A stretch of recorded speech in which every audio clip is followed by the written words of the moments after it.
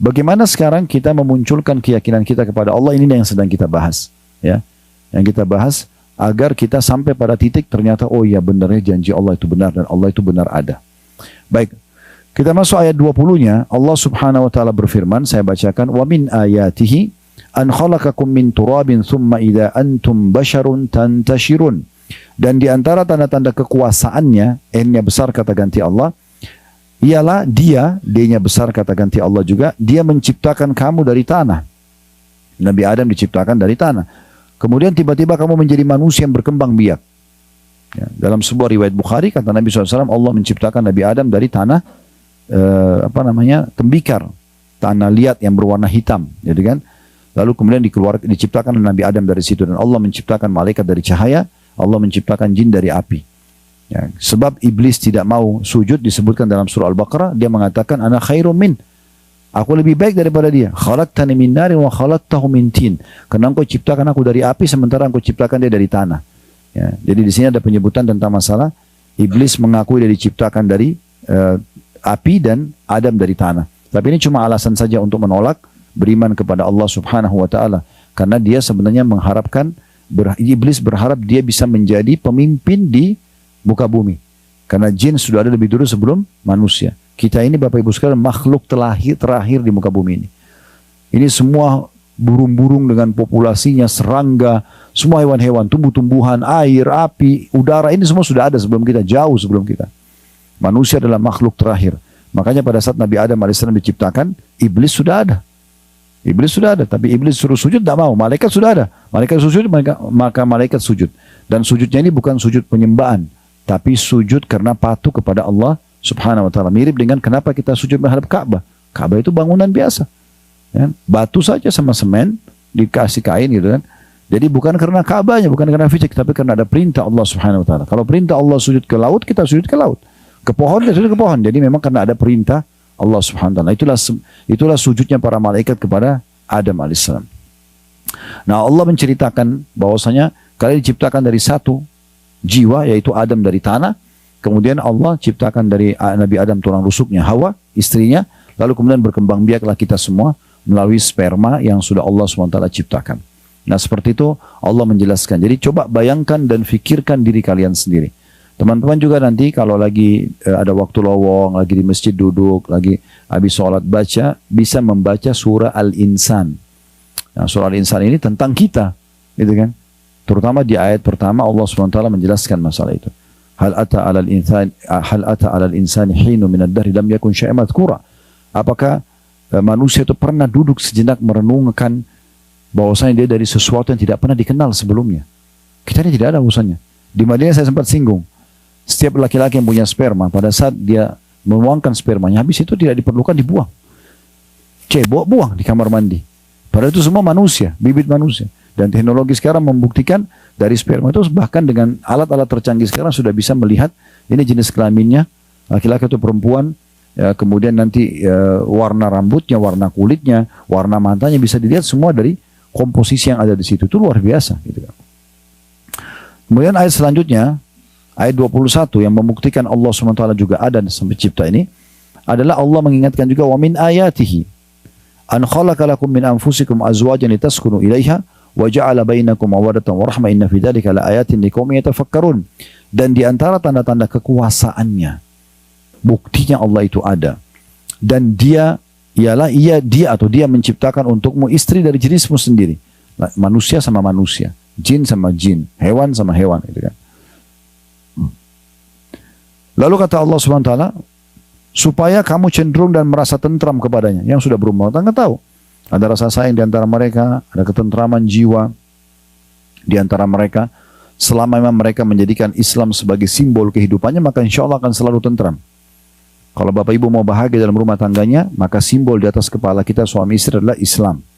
Benar atau salah siapapun di antara kita, Islam yang menilainya. Selalu kembali kepada Islam.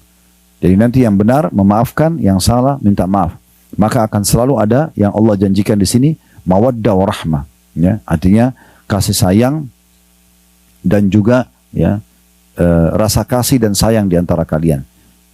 Dan dijadikan di antaramu rasa kasih dan sayang. Sungguhnya pada demikian itu, adanya rasa suka, rasa sayang, saling melindungi, saling memenuhi di antara suami istri, benar-benar terdapat tanda-tanda bagi kaum yang mau berfikir, kata Allah. Ya. Kemudian selanjutnya ayat 22-nya. Wa min ayatihi, juga di antara tanda-tanda kebesarannya, kekuasaannya, khalqus samawati wal ardi wa ikhtilafu alsinatukum wa alwanikum inna fi dzalika la ayatin lil alimin. Ialah dia menciptakan langit dan bumi. Nah, seperti ini kita lihat langit, kita lihat bumi, subhanallah, makin tinggi ya, ke atas kita melihat itu makin nampak sekali. Ya. Kalau ketinggian seperti ini, lantai 57, kita bisa melihat mobil seperti gentong-gentong kecil saja yang berjalan. Mungkin kalau kita dekat, kita bisa melihat, oh ini mobil Ferrari, oh ini mobil yang mewah-mewah. Padahal sebenarnya kalau sudah di atas jadi kecil semua. Rumah-rumah, building yang besar pun jadi kecil. Maka ini kita bisa lihat bagaimana kebesaran Allah Subhanahu wa taala. Dengan melihat gunung-gunung, Mekah penuh dengan gunung seperti ini, kayaknya tidak masuk akal kalau ini tidak ada yang menancapkannya, mengaturnya. Bahkan saking lemahnya manusia, mereka tidak bisa menciptakan satu butir pasir. Anggur yang ditancapin pun atau yang ditarik dari tangkainya tidak bisa ditancapin kembali oleh manusia tersebut. Saking lemahnya. Pisang yang lembut begitu, teksturnya, aromanya, cita rasanya itu kalau sudah dibuka kulitnya, dia nggak bisa tempel, tutup kembali. Ya saking lemahnya manusia. Tapi itu semua membuktikan ada pencipta yang mengatur semua itu. Allah mengatakan, saya ulangi, dan diantara tanda-tanda kekuasaannya adalah menciptakan langit dan bumi dan berlain-lainan bahasamu dan warna kulitmu. Ya, ini luar biasa bahasa ini. Berapa kali kita pergi ke negara orang, kita ngobrol, ya. Kalau kita menguasai bahasa yang kita bisa saling paham. Kalau tidak, maka kita tinggal terjemahkan, ya. Kemudian dia bisa memahami maksud kita seperti apa. Nah, bahasa ini sesuatu yang unik sekali, ya. Ini tanda-tanda kebesaran Allah Subhanahu wa taala. Bagaimana bisa kita berbicara seperti ini, keluar suara, ya, tersusun kosakata sehingga yang satu bisa memahaminya, dan adalah ya kalau mungkin grammarnya segala macam ini ada yang menatanya. Dari mana ilmunya semua ini? Ya, kalau kita telusuri semua, Allah Subhanahu wa taala pencipta yang mengatur. Kita orang Islam sudah diajarkan itu adalah Allah. Begitu juga dengan warna kulit dijadikan tanda-tanda kebesaran Allah. Ada yang putih sekali, ada yang sedang, ada yang sawo matang, ada yang hitam. Kata Allah, sesungguhnya pada demikian itu benar-benar terdapat tanda-tanda kebesaran Allah bagi orang-orang yang mau mengetahuinya. Maksudnya mempelajarinya. Ayat 23-nya, wa min ayatihi manamukum bil-laili wan-nahari wabtiga'ukum min fadli inna fi dzalika laayatin liqaumin yasma'un. Dan di antara tanda-tanda kekuasaannya adalah tidurmu di waktu malam. Ya, tidur, kita kadang-kadang ngantuk kan kalau malam. Begitu kita letakkan kepala, tiba-tiba tidak hilang. Kita sudah nggak sadarkan diri. Ini tidurnya dari mana? Ya, karena seringnya kita lakukan, kita nggak menyadari kalau ada yang mengatur semua itu. Ya. Tidur orang tidak sadar. Bahkan dalam hukum Allah SWT, orang kalau tidur tidak dijadikan sebagai sebuah hukum. Misalnya ada orang tidur, dia tidak sengaja mukul orang di sebelahnya. Dia nggak kena hukum karena itu orang tidur. Ya. Orang tertidur karena dia tidak sadarkan diri, misalnya terlewat waktu sholat, maka dia boleh sholat kapan dia bangun. Tidur itu luar biasa, tanda-tanda kekuasaan Allah Subhanahu wa taala. Belum lagi secara medis, tidur itu ternyata memberikan ya istirahat tubuh-tubuh kita, ada pembaharuan sel dan segala macam. Allah mengatakan di waktu malam dan di waktu siang, karena memang siang hari dikenal dengan kailula, waktu istirahat juga. Ya, Nabi SAW kadang-kadang beristirahat menjelang duhur atau selepas duhur, dikenal dengan kailula, ya, beberapa saat gitu. Kemudian juga dikatakan oleh Allah, dan usahamu mencari sebagian dari karunia-Nya. Semua manusia terarahkan untuk mencari pekerjaan, cari pendapatan, supaya sama standarnya, bisa makan, bisa minum, bisa beli baju, bisa penuhi kebutuhannya, bisa beli rumah dan seterusnya. Ini yang mengatur ke arah itu siapa? Kan harus ada yang mengatur semua ini, sehingga manusia kayak satu arah. Semuanya mencari pendapatan, semuanya juga akan memenuhi kebutuhannya. Dan kebutuhannya sama. Kita tidak bicara varian itemnya, ya. Misalnya yang satu makan ini, yang satu makan itu, tidak. Tapi intinya adalah makan, minum, tidur, beli pakaian, pekerjaan, kendaraan, ini sama. Ini kok terarah ke situ? Ini siapa yang mengaturnya semua? Jadi itu Allah singgung di sini. Sesungguhnya pada yang demikian itu benar-benar terdapat tanda-tanda bagi kaum yang mau mendengarkan, mau dengar, mau merenungi, maka dia akan ambil pelajaran. Ayat 24-nya, wa min ayatihi, Yurikumul barqa khawfan wa tama'an wa yunazzilu minas sama'i ma'an fayuhyi bihi al-ardha ba'da mautiha. Inna fi dzalika laayatin liqaumin yaqilun. Dan di antara tanda-tanda kekuasaannya, Allah itu benar ada. Dia memperlihatkan kepadamu kilat untuk menimbulkan ketakutan dan harapan. Ya, subhanallah, kita sering lihat kilat di langit ya. Tadi sebelum Bapak Ibu datang sempat mendung dan ada kilat kelihatan, apalagi di tempat tinggi seperti ini kelihatan sekali gitu kan. Allah, dari mana kilat itu? Ya, tegangan listrik yang sangat tinggi. Ya. Maka Allah mengatakan tanda-tanda kekuasaannya, dia memperlihatkan kepada kalian kilat. Untuk apa? Menimbulkan rasa ketakutan dan harapan. Takut akan hukuman Allah, harapan agar Allah berikan keselamatan. Dan dia juga menurunkan hujan dari langit. Ya. Lalu menghidupkan bumi dengan air hujan itu sesudah matinya. Sesungguhnya pada yang demikian itu benar-benar terdapat tanda-tanda bagi kaum yang mau menggunakan akalnya. Ya. Subhanallah, Bapak Ibu sekalian, masuk akal nggak kalau keran air kita di kamar mandi tiba-tiba nyala sendiri? Kita tidak bicara kalau rusak ya. Pasti kita akan heran, siapa yang nyalain tuh? Nggak mungkin, gitu kan? Artinya kalau keran di kamar mandi saja kita tidak mungkin dia keluar sendiri tanpa dibuka, tanpa yang ada yang gerakkan kerannya, maka bagaimana dengan air yang turun dari langit ini? Kadang-kadang bahkan pernah lihat ya, di jalan raya, setengahnya kena hujan, setengahnya enggak. Kok bisa gitu? Kan itu jelas sekali tanda-tanda kekuasaan Allah Subhanahu wa Ta'ala. Belum lagi kadang-kadang bumi itu kering sekali. Allah turunkan hujan, tiba-tiba tumbuh rumput, gitu kan. Saya subhanallah pernah waktu masih ngontrak rumah, Allah SWT berikan beberapa tahun yang lalu. Di belakang rumah saya tidak terlalu perhatikan, ada sedikit taman. Mungkin cuma 2 minggu barangkali, itu 3 minggu ya. Saya biasanya memang ke belakang, lihat, siram tanaman. Itu tuh kebetulan dengan kesibukan tidak sempat. Lebih keluarga saya yang lakukan. Tapi tiba-tiba saja setelah 3 minggu kalau tidak salah, saya ke belakang, loh ada pohon pepaya. Saya nggak pernah tanam gitu. Pohon pepaya itu tumbuh, dan sudah ada buahnya kecil gitu. Subhanallah, maha suci Allah yang begitu mudahnya Allah kalau mau menciptakan sesuatu. Dan manusia sebenarnya tinggal melihat tanda-tanda kebesaran itu. Dan dia tinggal beriman kepada Tuhannya, lalu dia nikmati apa yang dibolehkan. Harusnya begitu. Ayat 25-nya, wa min ayati an taquma as-sama'u wal amru bi amri wa an taquma, saya ulangi, wa min ayatihi an taquma as-sama'u wal ardu bi amri thumma idza da'akum da'watan minal ardi idza antum takhrujun. Dan di antara tanda-tanda kekuasaannya ialah berdirinya langit, ini yang kita bisa lihat sekarang, dan bumi dengan iradatnya, dengan izinnya, dengan pengaturan dari sisinya.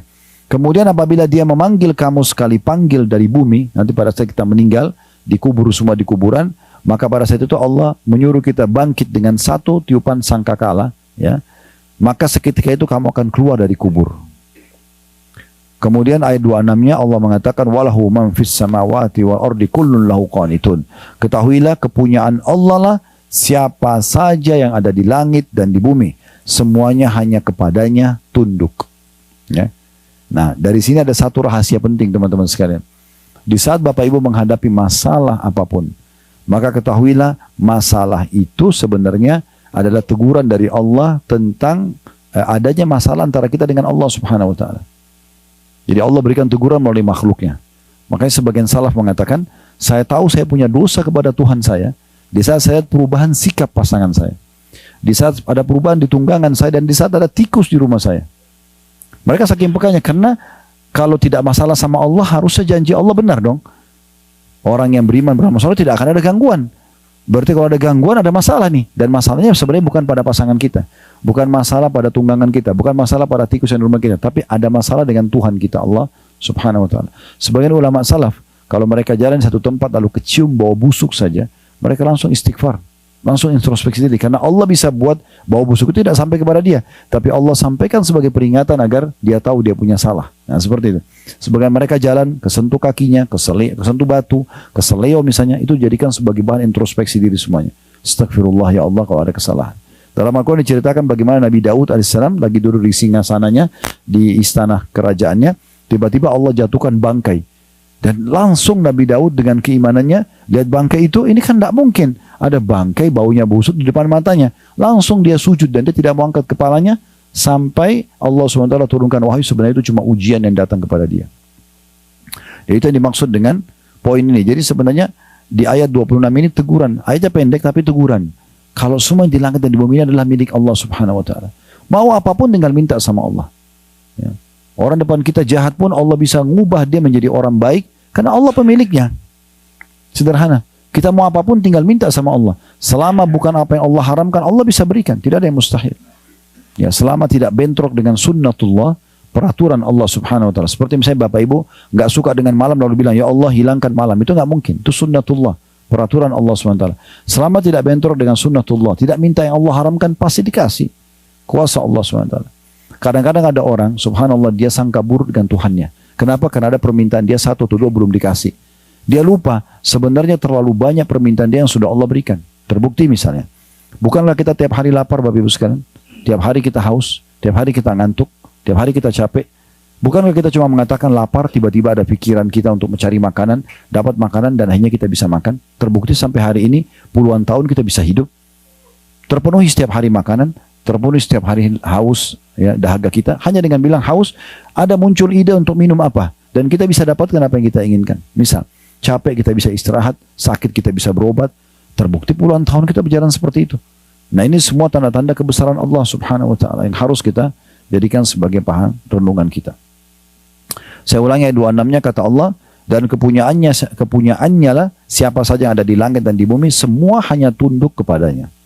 Jadi ada kisah unik di sini, ada seorang, saya tambahkan kisah di ayat 26-nya, ada seorang salafus saleh dulu, orang saleh dulu di masa tabi'in, setelah generasi sahabat, dikatakan dia jalan menuju ke satu negeri, ya. Dan pada masa itu orang cuma menggunakan penerangan itu cahaya matahari Bapak Ibu sekalian. Jadi kayak terbit matahari pagi mereka jalan, aktivitas. Kalau sudah maghrib, kayak kita sebentar lagi maghrib ini, itu mereka sudah tutup aktivitas mereka. Karena mereka tidak ada punya penerangan, gitu kan. Tidak kayak kita sekarang mungkin sudah banyak listrik, penerangan listrik sudah di mana-mana ya, meluas Masya Allah, Alhamdulillah. Maka dia pada saat melakukan perjalanan, tiba maghrib, dia berada di tengah-tengah hutan. Gelap sekali. Maka dia istirahat di hutan itu. Di awal malam, kalau kita sekarang sekitar jam 10, jam 11 malam, dia terbangun, terus dia wudhu, dia sholat. Diceritakan dalam kisah dia, pada saat dia sholat, selesai 2 rakaat pertama, tiba-tiba di hadapan dia ada seekor harimau yang meraung dengan keras karena kelaparan. Di saat itu dia berpikir begini, dia mengatakan pada dirinya sendiri, kalau saya coba melawan harimau ini, dia lebih kuat. Matanya lebih terang, lokasi ini dia lebih kuasai, gitu kan? Tapi imannya kepada Allah, Allah munculkan di satu, lalu dia mengatakan, wahai harimau. Dia bicara dengan harimau, wahai harimau, kalau seandainya Allah subhanahu wa ta'ala yang menciptakan aku dan kamu, ya, menakdirkan, memutuskan untuk engkau memakanku, aku tidak akan melawan. Tapi kalau seandainya engkau datang untuk mengganggu ibadahku, aku akan memohon kepadanya untuk membinasakanmu. Maka tiba-tiba harimau tersebut menutup kembali, ya, mulutnya, dan kemudian meninggalkan orang soleh. Tidak jadi menyerang. Harimau pun yang buas ciptaan Allah subhanahu wa ta'ala. Tidak ada yang mustahil. Tinggal bagaimana kekuatan hubungan kita dengan Allah subhanahu wa ta'ala. Sampai Nabi Muhammad SAW mengatakan, Bapak Ibu sekalian, mintalah apapun dari Tuhan kalian sampai tali sendal kalian. Jadi kalau tali sendal pun putus, mintanya sama Allah. Kadang-kadang kita minta sama Allah kalau sudah penyakit kronis yang tidak bisa sembuh. Keliru ini, minta dari hal-hal yang kecil. Biasakan manja kepada Allah subhanahu wa ta'ala. Selalu minta, apapun itu sifatnya. Toh, kalau misalnya kita mau keluar ke pasar, ke mall, ya Allah mudahin parkiran buat saya. Toh kita juga akan menuju ke sana.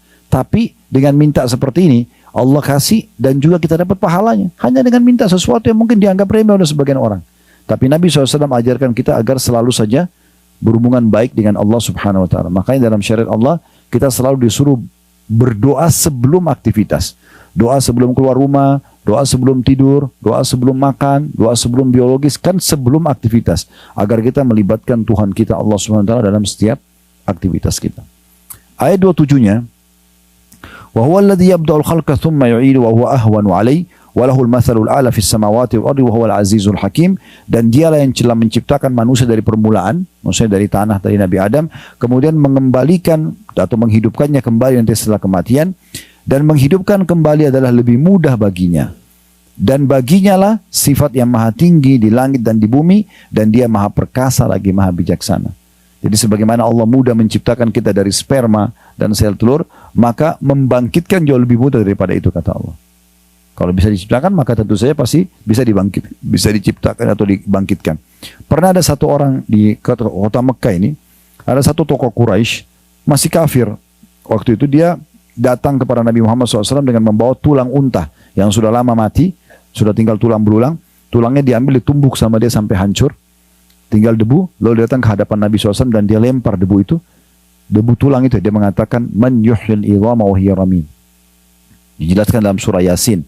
Siapa yang menghidupkan ini hai Muhammad setelah hancur seperti ini? Maka Allah turunkan firman-Nya, Jibril langsung turun dan menjawab itu. Qul yuhyiha alladhi ansha'a awwala marratin wa huwa bikulli khalqin alim.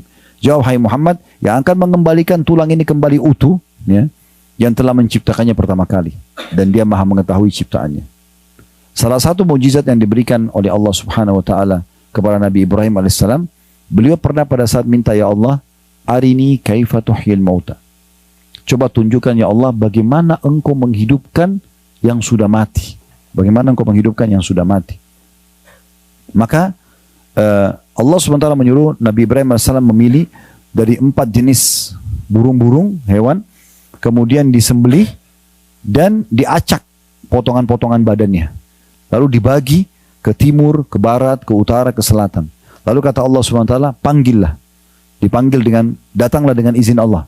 Tiba-tiba potongan-potongan yang sudah bercampur baur antara jenis hewan yang berbeda itu bersatu kembali posisi dan hidup kembali di hadapan Nabi Ibrahim AS pada saat itu. Jadi bisa dibaca tentang mukjizat Nabi Ibrahim AS.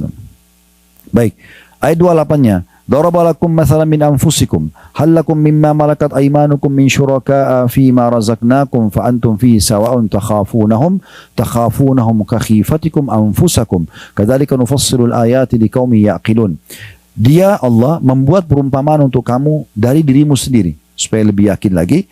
Apakah ada di antara hamba sahaya yang dimiliki oleh tangan kananmu sekutu bagimu dalam memiliki rezeki yang telah kami berikan kepadamu?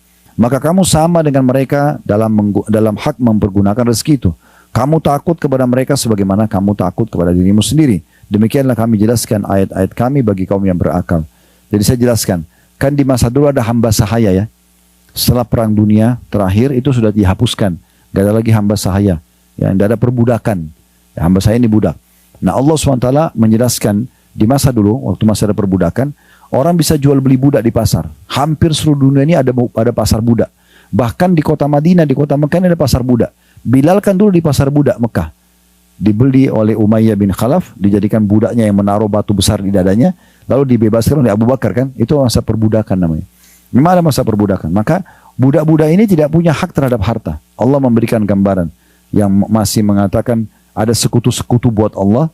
Seperti orang-orang Mekah datangkan patung-patung, lalu kemudian mereka anggap patung-patung itu adalah sekutu-sekutu Allah. Kemarin sudah dipanjang lebar dijelaskan di musim wahyu ya. Maka Allah berikan perumpamaan. Kira-kira masuk akal nggak sih kalau kamu punya seorang budak yang kamu beli di pasar, gitu kan? Kemudian tiba-tiba dia jadi pemilik harta seperti kamu dan kamu sama dia sama-sama punya hak. Maka orang yang dulu hidup di masa dulu ini tahu tentang masalah ini. Tidak mungkin sama, karena budak itu bagian daripada harta kita, bukan dia memiliki harta kita. Seperti itulah. Maka Allah mengatakan ini perumpamaan. Apakah memang masuk akal?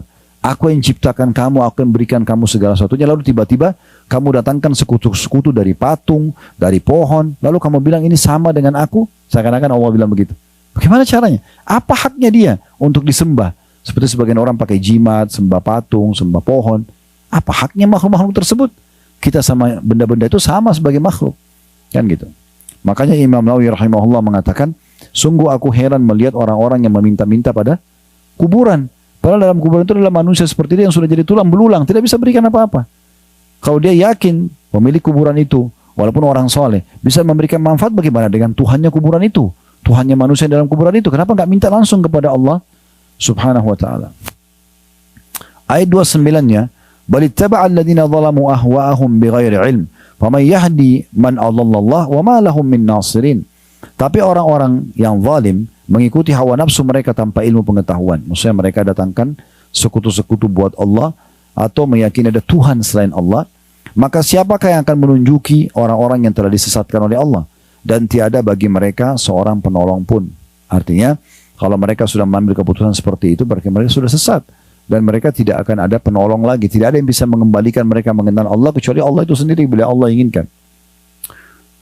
Ayat 30-nya Allah mengatakan kepada Nabi Muhammad SAW dan menyuruh kita mengikuti ini. Fa'akim wajhaka lid-dini hanifa. Fitratallahi allati fataran nasa 'alaiha la tabdila li khalqillah. Dzalika ad-dinul qayyim walakinna aktsaran nasi la ya'lamun. Maka hadapkanlah wajahmu dengan lurus kepada agama ini atau agama Allah. Oleh karena itu setelah faham ayat-ayat ini, mulai sekarang yakinlah Allah itu ada dan ikuti agamanya.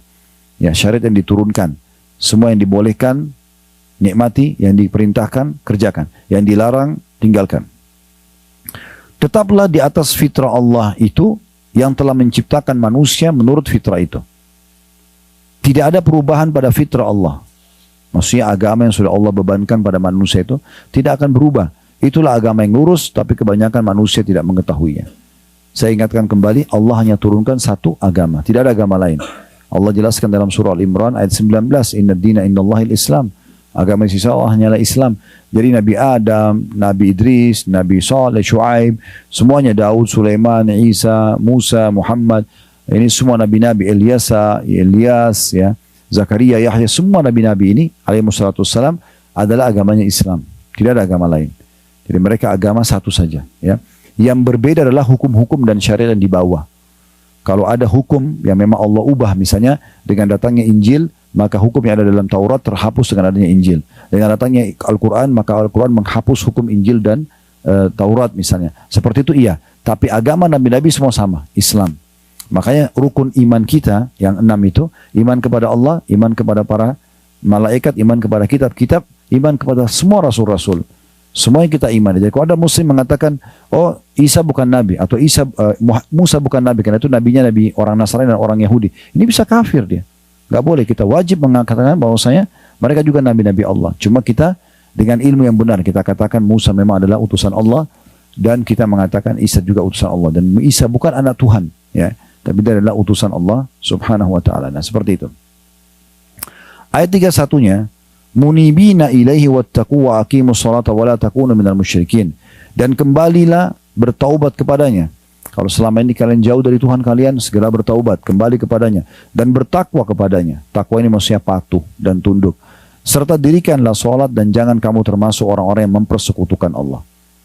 Dirikan sholat maksudnya selalu kembali kepada Tuhan untuk sholat dan jangan mempersekutukan. Jadi jangan sampai sholat tapi juga tetap buat sekutu kepada Allah. Ya, sekutu ini kayak partner ya. Contoh, Bapak Ibu sholat, iyyaka na'budu wa iyyaka nasta'in. Baca dalam surah Al-Fatihah. Hanya kepadamu kami menyembah, hanya kepadamu kami minta tolong. Setelah salam minta pada kuburan sebelah masjidnya.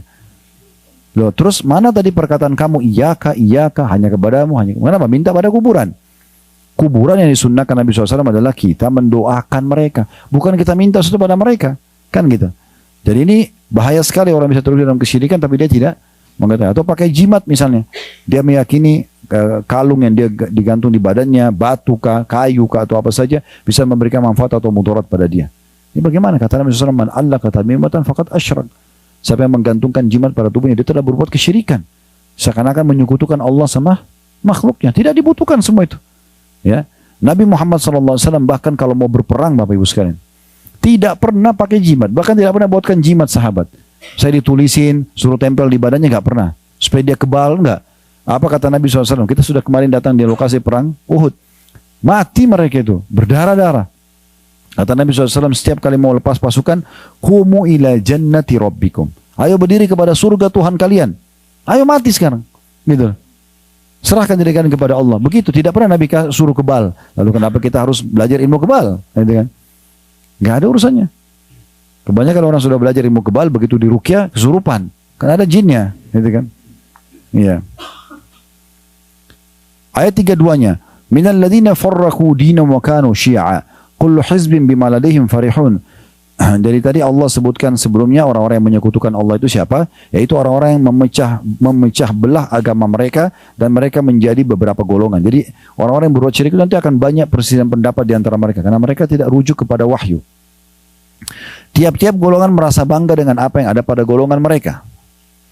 Ayat 33-nya, wa idza massan nasa durrun da'u rabbahum munibina ilaihi thumma idza adzaqahum minhu rahmatan idza fariqum minhum bi rabbihim yusyrikun. Dan apabila manusia disentuh oleh satu bahaya, mereka menyeru Tuhannya dengan kembali bertaubat kepadanya. Kemudian apabila Tuhan merasakan kepada mereka barang sedikit saja rahmat, diberikan keselamatan, diberikan rezeki, dari sisinya tiba-tiba sebagian mereka mempersekutukan Tuhannya. Di ayat 33 ini saya ingin sedikit sampai 34 dulu ya. Liyakfuru bima atainahum fatamattau fasawfa ta'lamun, sehingga mereka mengingkari akan rahmat yang telah kami berikan kepada mereka dan mereka bersenang-senang, ya, maka bersenang-senanglah kamu sekalian, kelak kamu akan mengetahui akibat perbuatanmu. Ada satu sahabat Nabi di kota Mekah ini di masa Nabi SAW, namanya Ikrimah bin Abi Jahal. Abu Jahal kita tahu semua, Abu Jahal Fir'aunnya umat ini, meninggal di perang Badar. Tapi subhanallah, ayah kafir, anaknya mukmin. Anaknya namanya Ikrimah. Ikrimah ini dulu waktu ayahnya meninggal di perang Badar, dia menjadi pemimpin di Mekah, pengganti ayahnya. Waktu Nabi SAW taklukkan kota Mekah kurang lebih di tahun 8 Hijriah, gitu kan? Maka pada saat itu dia termasuk orang yang melarikan diri dari Mekah karena dia tidak mau beriman. Tapi subhanallah, dia lari kemana? Dia lari ke Jeddah sekarang. Di Jeddah ini kan pelabuhan. Dari masa dulu sudah pelabuhan. Orang selalu kalau mau nyebrang ke Afrika, karena kan itu Laut Merah. Antara Asia sama Afrika kan dipisahin sama Laut Merah. Nah, jadi dia mau nyebrang ke Afrika. Waktu itu orang sering ke Ethiopia, ya, pergi ke Mesir, ya, nyebrang. Dia ingin melarikan diri ke Ethiopia waktu itu supaya tidak masuk Islam.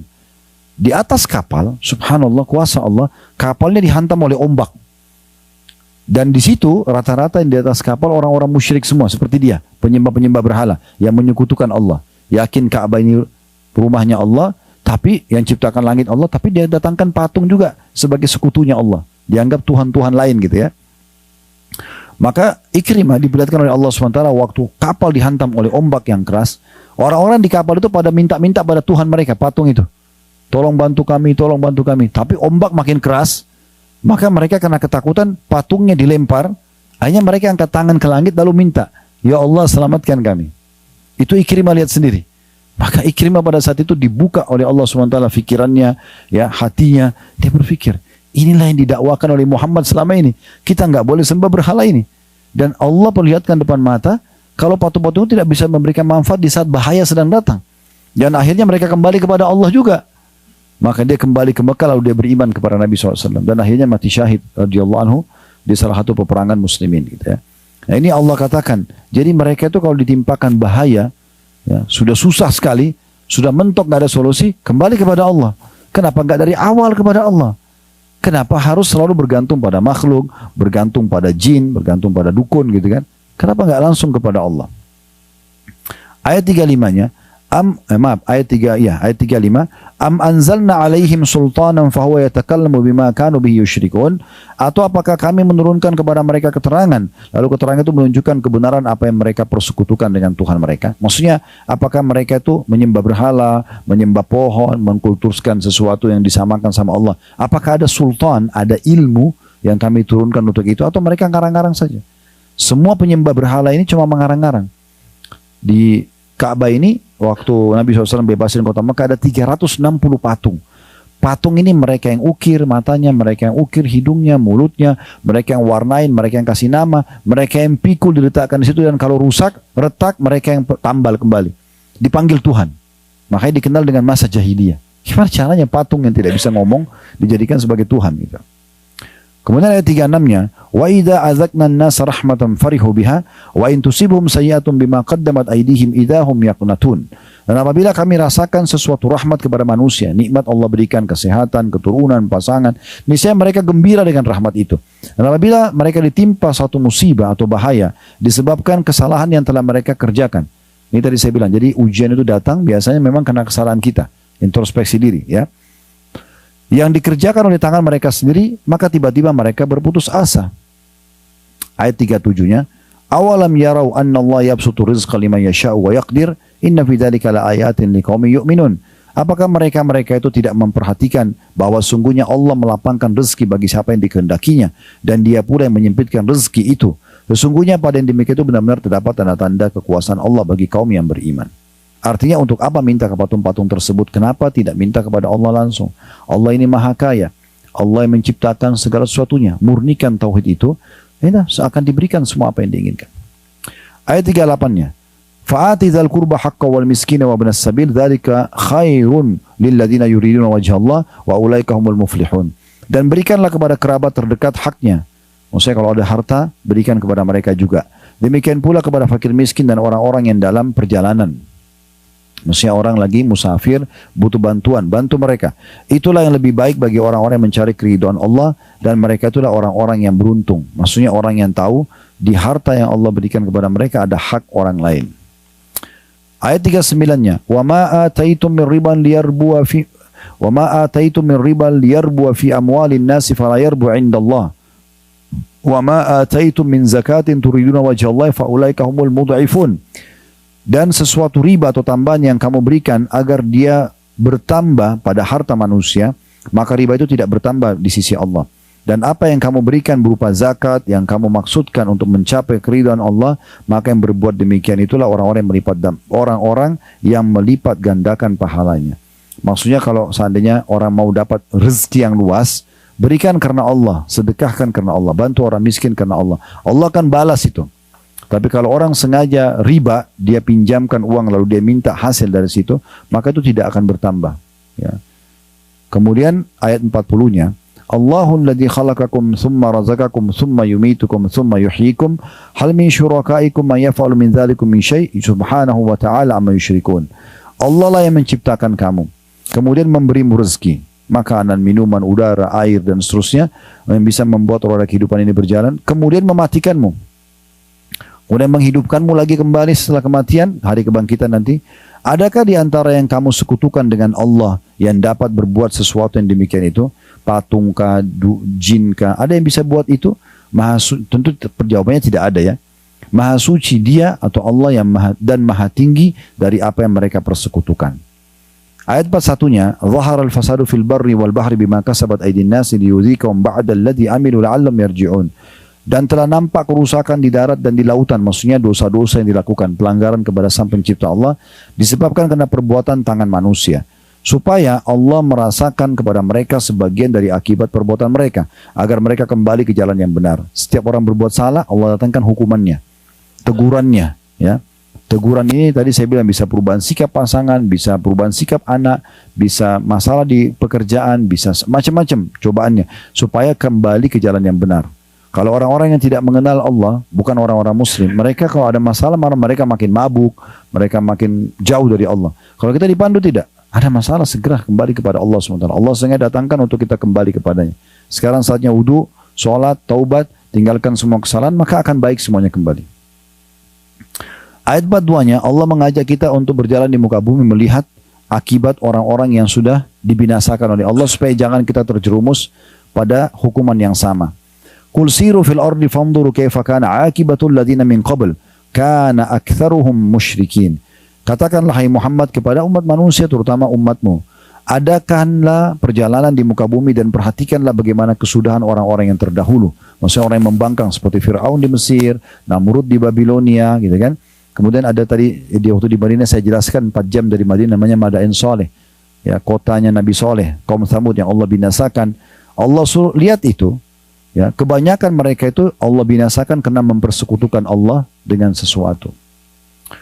Lalu ayat 43-nya Allah tekankan, oleh karena itu tinggalkan semua sekutu-sekutu Allah itu, fahakim wajhaka lid-dinil qayyim min qabli an ya'ta yawmun la maradda lahu minallahi yawma idzin yassaddaun.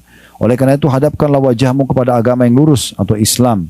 Ikuti saja ajaran, mana yang diperintahkan kerjakan, yang dihalalkan nikmati, yang dilarang jauhi, ya. Sebelum datang dari Allah suatu hari yang tidak dapat ditolak kedatangannya, maksudnya hari kiamat. Dan pada hari itu orang pada terpisah-pisah. Ya, maksudnya terpisah-pisah itu nanti kita masing-masing, walaupun suami istri, walaupun orang tua sama anak, di hari kiamat nanti di mahsyar, kita tuh melarikan diri dari orang-orang semuanya, termasuk orang terdekat. Allah bilang dalam ayat lain, yauma yafiru mar'u min akhi. Pada hari kiamat orang lari dari saudaranya, wa ummihi wa abi, ayahnya, ibunya dan ayahnya, wa sahibati wa bani, pasangan hidup dan anak-anaknya. Kenapa? Likulli imri'in minhum yawma idin sya'nu yughni. Karena pada hari itu semua manusia berharap bisa menyelamatkan dirinya. Maka Allah ingatkan, jangan datang nanti hari kiamat yang orang sudah berpisah baru mau taubat. Enggak, sekarang segera kembali kepada Allah Subhanahu wa taala. Ayat 44-nya, man kafara fa'alaihi kufru wa man amila shalihan fali anfusihim yamhadun. Barang siapa yang kafir maka dia sendiri yang menanggung akibat kekafirannya itu. Dan barang siapa yang beramal saleh maka untuk dirinya sendirilah mereka menyiapkan tempat yang menyenangkan. Siapa yang mau dengar ini, mereka beriman kepada Allah, mereka amal saleh, maka mereka telah memiliki panduan hidup dan di dunia, di akhirat mereka akan dapat tempat yang menyenangkan, maksudnya surga. Ya. Ayat 45-nya, liyajziyal ladzina amanu wa amilus solihati min fadli innahu la yuhibbul kafirin. Agar Allah memberikan pahala kepada orang-orang yang beriman dan beramal saleh dari karunia-Nya, sesungguhnya Dia tidak menyukai orang-orang yang ingkar. 46-nya, wa min ayatihi, kembali lagi Allah bilang dan tanda-tanda kekuasaannya, an yursilar riyaha mubashshiratin wa liyudhiqakum min rahmati wa litujzi wa litajriya al-fulku bi amri wa litabtagu min fadli wa la'allakum tashkurun. Saya ulangi ya. Wa min ayati an yursilar riyaha mubashshiratin wa liyudhiqakum min rahmati wa litajri al-fulku bi amri wa litabtagu min fadli wa la'allakum tashkurun. Dan di antara tanda-tanda kekuasaannya adalah bahwa Dia Allah mengirimkan angin sebagai pembawa berita gembira. Kita kalau kena hembusan air, angin, kita merasa nyaman ya. Nah itu ada kayak berita gembira Allah kasih. Dan untuk merasakan kepadamu sebagian dari rahmatnya. Dan supaya kapal dapat berlayar dengan perintahnya. Dan juga supaya kamu mencari karunia-Nya. Mudah-mudahan kamu bersyukur. Artinya apa yang aku sudah siapkan ini pakai sebagai fasilitas sampai untuk tunduk kepadaku. Ya. Menjalankan perintahku. Supaya bersyukur gitu. 47-nya, walaqad arsalna min qablika rusulan ila qaumin faja'uhum bil bayyinati fantaqamna minal ladzina ajramu wa kana haqqan 'alaina nasrul mu'minin. Dan sungguhnya kami telah mengutus sebelum kamu beberapa orang rasul kepada kaumnya. Mereka datang kepada kaumnya dengan membawa keterangan-keterangan yang cukup. Allah itu ada, Allah menciptakan, ini halal, ini haram. Lalu kami melakukan pembalasan terhadap orang-orang yang berdosa, yang tidak mau ikut dan beriman. Dan kami selalu berkewajiban menolong orang-orang yang beriman. 48-nya, Allahul ladzi yursilu riyaha fatuthiru sahaban fayabsutuhu fis sama'i kaifa yasha'u wa yaj'alu kisafan fataral wadqa yakhruju min khilali fa idza asaba bihi man yasha'u min ibadi idahum yastabshirun. Allah dialah yang mengirimkan angin. Lalu angin itu menggerakkan awan dan Allah membentangkannya di langit. Awan-awan itu menurut yang dikehendakinya. Di sini awan, ada air hujan turun, di sana tidak ada awan, atau di sana ada awan tidak ada airnya misalnya. Dan menjadikannya bergumpal-gumpal. Lalu kamu lihat hujan keluar dari celah-celah awan itu. Maka apabila hujan itu turun mengenai hamba-hambanya yang dikehendakinya, tiba-tiba mereka merasa gembira. Dengan turun hujan mereka merasa nyaman, tumbuh-tumbuhan jadi subur, ya. Kemudian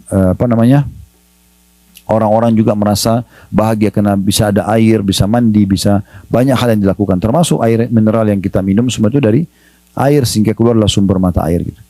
Ayat 49-nya, wa in kanu min qablu la yunazzal alaihim min qabli la mublisin. Dan sungguhnya sebelum hujan diturunkan kepada mereka, mereka benar-benar telah berputus asa. Artinya kalau musim kemarau panjang, hujan tidak turun, mereka hampir putus asa. Gak ada air, gimana nih gitu kan. Nah, begitu Allah turunkan air, maka mereka merasa gembira. Ini termasuk tanda-tanda kebesaran Allah. Allah membuat itu. Allah lebih jauh lagi bicara tentang hujan di ayat 50. Fanzur ila athari rahmatillahi kaifa yuhyil arda ba'da mautiha inna dzalika la muhyil mauta wa huwa ala kulli syai'in qadir. Maka perhatikan baik-baik bekas rahmat Allah. Bagaimana Allah menghidupkan bumi yang sudah mati dengan air hujan itu. Turun hujan, hidup kembali, subur kembali. Sesungguhnya Tuhan yang berkuasa seperti itu demikian benar-benar berkuasa menghidupkan orang-orang yang telah mati. Dan Dia maha kuasa atas segala sesuatunya. Kalau tadi tanah gersang, peceklik, maka kadang-kadang tanah sudah retak-retak, turun hujan tiba-tiba jadi subur, basah, tumbuh-tumbuhan, maka yang menurunkan hujan dan membuat tanah yang tadi kering itu lalu bisa jadi subur kembali, itu mampu menghidupkan kembali semua yang sudah mati untuk hari kebangkitan nanti. Ayat 51-nya, walain arsalna rihan fara'auhu musfarran la dhallu min ba'di yakfurun. Dan sungguh sayang sekali jika kami mengirimkan angin kepada tumbuh-tumbuhan lalu mereka melihat tumbuh-tumbuhan itu menjadi kuning atau kering, benar-benar tetaplah mereka sesudah itu menjadi orang-orang yang ingkar. Maksudnya sayang sekali ada orang lihat hujan turun, kemudian tiba-tiba tumbuh-tumbuhan, lalu kemudian tiba-tiba setelah masa waktu mengering. Mereka tidak ambil pelajaran dari situ, mereka malah tetap kufur kepada Allah. Lalu siapa yang turunkan hujan, siapa yang membuat tumbuhan itu tumbuh, kemudian siapa juga yang membuatnya nanti kering, mati tumbuhan itu pada saat ajalnya sudah datang. Maka ini Allah singgung di ayat 51-nya. Ayat 52-nya, fa innaka la tusmi'ul mauta wa la tusmi'us summa du'a idza wallaw mudbirin. Maka sungguhnya kamu hai Muhammad tidak akan sanggup menjadikan orang-orang yang mati itu dapat mendengar dan menjadikan orang-orang yang tuli dapat mendengar seruan apabila mereka berpaling atau membelakang. Jadi Allah di sini menggambarkan kalau orang-orang yang tidak mau dengar dakwah, tidak mau dengar tentang agama Allah ini, maka mereka itu sama saja dengan orang mati. Karena seperti orang mati kalau diajak ngomong nggak bisa dengar. Nah begitu juga orang yang tidak mau dengar dakwah ini, tidak mau dengar tentang ayat-ayat Al-Quran, penjelasan dan syariat Allah SWT, mereka tidak mau dengar. Itu mirip juga dengan orang tuli yang tidak bisa, kalau kamu seru bicara apapun dia tidak bisa dengar. Begitulah orang diibaratkan oleh Allah SWT dengan orang yang tidak mau mendengar agama Allah SWT. 53-nya, wa ma anta bihadil ummi an dalalatihim in tusmi'u illa man yu'minu bi ayatina fahum muslimun. Dan kamu sekali-kali tidak akan dapat memberi petunjuk kepada orang-orang yang buta mata hatinya dari kesesatannya. Dan kamu tidak dapat memperdengarkan petunjuk Allah melainkan kepada orang-orang yang beriman dengan ayat-ayat kami. Mereka itulah orang-orang yang berserah diri kepada kami. Maksudnya, sampaikan saja hai Muhammad, yang dengar berarti dia yang beruntung. Yang tidak mau dengar, kau tidak akan bisa memaksakan hidayah kepada mereka, petunjuk kepada mereka. Kayak saya sekarang ceramah ini, saya cuma sampaikan, Bapak Ibu menerima, Alhamdulillah, itu kebaikan buat Bapak Ibu sekalian. Saya pun diberikan balasan pahala oleh Allah SWT. Tidak mau terima, itu juga hak pribadi. Di dunia ini tidak ada hisapnya. Kata Allah SWT, فَمَنْ شَاءَ فَلْيُؤْمِنْ وَمَنْ شَاءَ فَلْيَكْفُرْ. Yang mau beriman silakan, yang mau kufur silakan.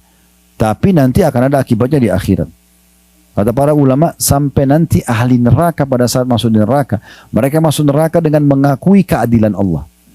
Nanti akan jelas bagi mereka semua ternyata, oh selama di dunia Allah kasih peringatannya dari lisannya fulan, dari kejadian fenomena alam ini, fenomena alam ini misalnya, hujanlah, banjirlah ini. Allah ingatkan dia semua. Lalu kemudian dia menyesal. Tapi pada saat itu dia mengakui kalau memang benar Allah pantas masukkan dia ke dalam api neraka. Tapi apa gunanya? Gak ada gunanya lagi. Ya.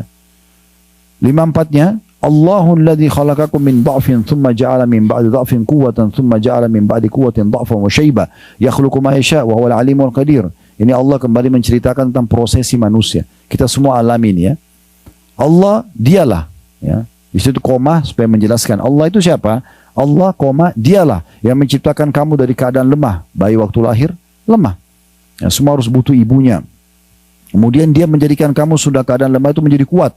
Tumbuh besar, mulai sempurna akalnya, fisiknya, mulai bisa bekerja, sekolah, segala macam. Kemudian dia menjadikan kamu sesudah ya lemah. Kemudian dia menjadikan kamu sesudah kuat itu lemah lagi. Pada saat sudah tua, mulai melemah badannya. 60, 70, 80, 90 tahun sudah mulai. Lalu Allah mengatakan, dan juga beruban. Ya, orang tidak bisa luput dari situ. Allah berikan tanda-tanda kebesaran di situ. Dia menciptakan apa yang dia kehendaki dan dialah yang maha mengetahui lagi maha kuasa. Ayat 55-nya, wa yawma taqumus saatu yuqsimul mujrimuna ma labithu ghaira sa'ah kadzalika kanu yufakun. Dan ketahuilah pada hari kiamat nanti, hai hamba-hambaku, aku kasih bocoran kalian sekarang. Bersumpahlah orang-orang yang berdosa. Nanti di hari kiamat pada saat dibangkitkan, mereka tidak berdiam dalam kubur melainkan sesaat saja. Seperti demikianlah mereka selalu dipalingkan dari kebenaran. Maksudnya mereka pada saat dibangkitkan mereka kaget seperti baru sesaat hidup di dunia, lalu melalui kuburan, lalu sekarang dibangkitkan lagi menuju kepada kehidupan abadi. Ya. Ayat 56-nya, wa qala alladziina utul ilma wal imana laqad labistum fi kitabillahi ila yaumil ba'ts fa hadha yaumul ba'tsi walakinnakum kuntum la ta'lamun. Dan berkatalah orang-orang yang diberi ilmu pengetahuan dan keimanan selama di dunia kepada orang-orang kafir nanti di akhirat pada saat mereka masuk, orang yang beriman masuk surga, orang kafir masuk neraka. Sesungguhnya kamu telah berdiam dalam kubur menurut ketetapan Allah sampai hari kebangkitan ini. Maka inilah hari berbangkit, akan tetapi kamu selalu saja tidak meyakininya. Jadi tidak ada manfaatnya nanti kalau di hari kiamat orang baru menyesal, tidak ada gunanya. Saya ingatkan kembali di Madinah saya sempat sebut. Mudah-mudahan sudah ditadaburi ya. Bisa baca surah nomor 23, surah Al-Mu'minun ayat 99 sampai 115. Ya, tolong dibaca itu bagaimana Allah gambarkan penyesalan nanti orang kafir pada hari kiamat karena mereka tidak beriman, otomatis juga tidak beramal soleh selama di dunia. Ayat 57-nya, fa yauma idzin la yanfa'ul ladzina zalamu ma'dziratuhum wa lahum yusta'tabun. Maka pada hari kiamat itu tidak bermanfaat lagi bagi orang-orang zalim permintaan udzur mereka. Minta maaf sama Allah tidak terima lagi karena sudah telat. Di dunia tempatnya orang beramal dan bertaubat. Dan tidak pula mereka diberi kesempatan bertobat lagi. Ya. Ayat 58-nya, Walaqad darabna lin-nasi fi hadzal Qur'ani min kulli mathal wala in ji'tahum bi ayatin la yaqulanna alladziina kafaru in antum illa mubtilun. Dan sungguhnya telah kami buat dalam Al-Quran ini segala macam perumpamaan untuk manusia. Dan sungguhnya jika kamu membawa kepada mereka satu ayat, pastilah orang-orang kafir itu akan berkata, kamu tidak lain hanyalah orang-orang yang membuat kepalsuan belaka. Maksudnya kami telah berikan perumpamaan banyak sekali dalam Al-Quran ini. Ada 114 surah, ada 6.000 sekian ayat. Selalu kalau kita baca ayatnya dan terjemahnya, kita akan banyak punya jawaban. Siapa itu Allah, apa tujuan kita diciptakan, dari mana asal kita, bahkan apa yang harus kita kerjakan, apa yang tidak boleh kita kerjakan, apa nanti balasannya di mana, dan bagaimana surga dan neraka, semua sudah ada rinciannya. Kemudian yang terakhir, dua ayat terakhir 59 dan 60, Allah mengatakan kadzalika yatba'ullahu ala qulubil ladzina la ya'lamun. Demikian Allah mengunci mata hati orang-orang yang tidak mau memahami. Jadi kalau Allah tahu orang ini sudah sampai peringatan, tidak mau dengar. Allah berfirman, Rasulullah bersabda, nggak mau tahu. Ini nggak boleh, loh haram, nggak mau tahu. Ya sudah, terakhir Allah akan kunci hatinya. Orang kalau dikunci hatinya itu tidak akan ada tersentuh sama sekali. Nggak berpikir akan patuh atau meninggalkan larangan gitu. Lalu Allah mengingatkan semua orang beriman di penutupan ayat 60-nya, fasbir inna wa'dallahi haqq. Bersabarlah kamu dalam mengerjakan ketaatan, meninggalkan larangan, ya, bersabar atas ujian harian. Tadi sudah kita jelaskan di pembukaan kita itu ya. Wala yastakhifannaka lilladzina la yuqinun. Dan jangan sampai orang-orang yang tidak yakin dengan semua ini membuatmu putus asa atau menggelisahkanmu. Maksudnya membuat kau nanti merasa terganggu. Jauhi aja mereka, patuh saja. Maksudnya mulai sekarang bangun tidur kalau masih dikasih umur, udah sholat, puasa, zikir, kerjakan apa semua sampai ajal datang akan terima balasannya. Nah seperti itu kurang lebih gambaran daripada ayat-ayat ini. Allahu a'lam.